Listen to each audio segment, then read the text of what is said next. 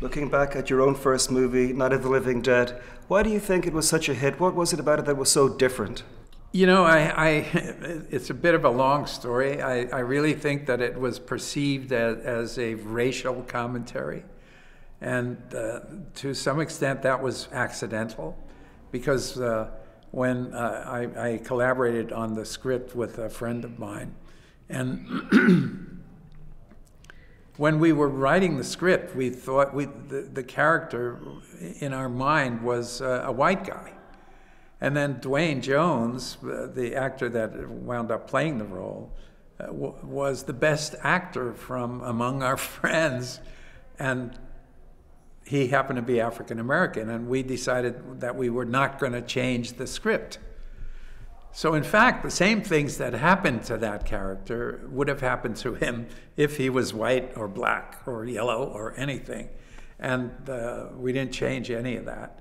But I think that it was viewed, you know, because of in the end, he gets shot by these redneck posse.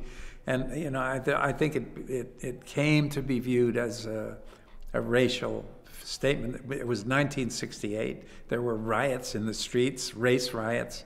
And the night that we drove the very first answer print of Night of the Living Dead, we were driving to New York to show the film to potential buyers.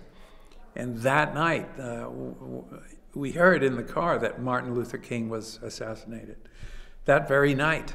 And so all of a sudden, of course, it became a racial, the film became automatically a racial statement.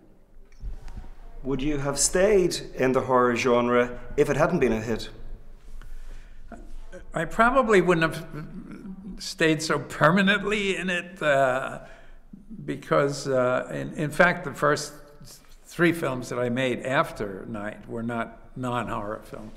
And then finally, after we did Dawn, and we had a U.S. distributor who had some money and was able to finance projects. This guy was great and let me make other films like Night Riders and films that I wanted to make in exchange for one more Dead film. So, you know, I thought that was a pretty good deal. And I got to make some films that I really, that I still really love.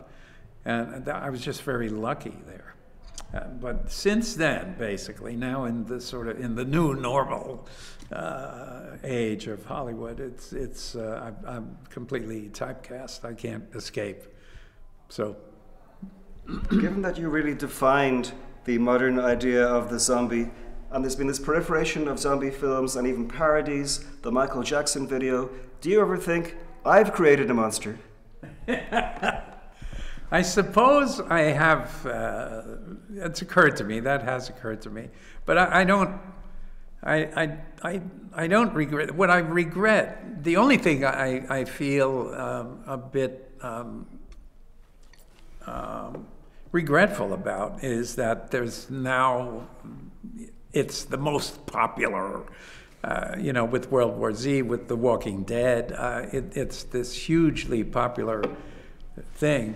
And, you know, all I can do is I can remember how, you know, Roger Ebert, for example, when he first saw Night of the Living Dead, just wrote this scathing article about how, you know, what an awful thing it was. And now it's in prime time on everybody's television, and it's just as bloody as the original Night of the Living Dead. And so I guess that I find that that's a bit unfair. But